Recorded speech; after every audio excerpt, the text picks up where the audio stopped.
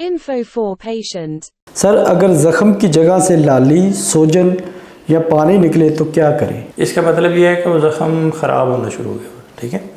और ज़ख़म ख़राब होने का जो मतलब है, अब इसमें एक बड़ी इम्पॉर्टेंट चीज़ है जो सर्जरी के बाद के ज़ख़म को मैनेज कैसे करना। सर्जरी ठीक ठाक हो गई, पेशेंट घर चला गया और उसके बाद चौथे पाँचवें दिन वो आता है, ये जो आप अलामत बता रहे हैं, उसकी रेड होगी जगह, उसमें से पानी आ रहा है, इसका मतलब है वूंड इन्फेक्शन हो गई है, ठीक है। अब वूंड इन्फेक्शन का तल्लक तो बहुत सारी चीज़ों से, यानी you can't blame only surgeon कि जी उसकी सर्जरी की वजह से जो बीमारी पेशेंट लेके आता है। अब अगर गाल ब्लैडर परफोरेटेड है, यानी फटा हुआ है, या अपेंडिक्स फटी हुई है, तो उसमें वूंड इन्फेक्शन होने के चांसेस जो हैं वो 70-80% होते हैं।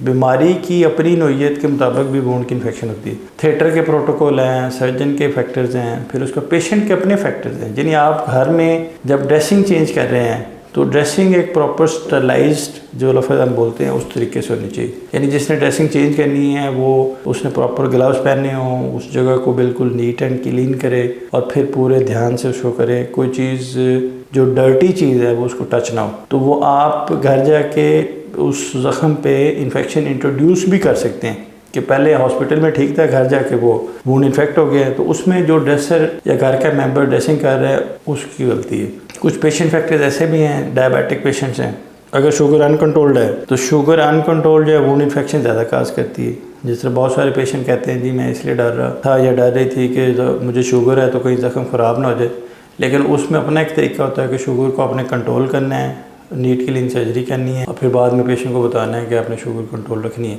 तो ये सारी चीज़ें मिल के वो ये वूंड इन्फेक्शन काज करती हैं। और जब इस तरह की सिम्टम्स डिवेल्प हों तो फ़ौरन सर्जन से रब्ता करना चाहिए। पास का ये होता है कि एंटीबायोटिक चेंज करते हैं, उससे वो चीज़ें ठीक हो जाती हैं। वो एक आध स्टिच निकालना पड़ता है, थोड़ी सी वो पास इकट्ठी हो, ठीक है, तो उसमें आप स्टिच निकाल दें, ड्रेसिंग करें तो वो सेटल हो जाती है। ओरल मेडिसिन ले रहा है पेशेंट एंटीबायोटिक, उसको हम इंजेक्शन में चेंज कर सकते हैं, ठीक है। शुगर अनकंट्रोल्ड है तो उसको एडवाइस दी जा सकती है कि शुगर इस तरह कंट्रोल करें। और बहुत ज़्यादा प्रॉब्लम होती है, इवन हम पूरा वूंड खोलना पड़ जाता है या आधा वूंड खोल दिया, तो ये बहुत सारे उसकी तरीके हैं। इस सूरत में सर्जन को ही रब्ता करें ताकि उसको बेहतर अंदाज से मैनेज कर सके कि उसने करना क्या है।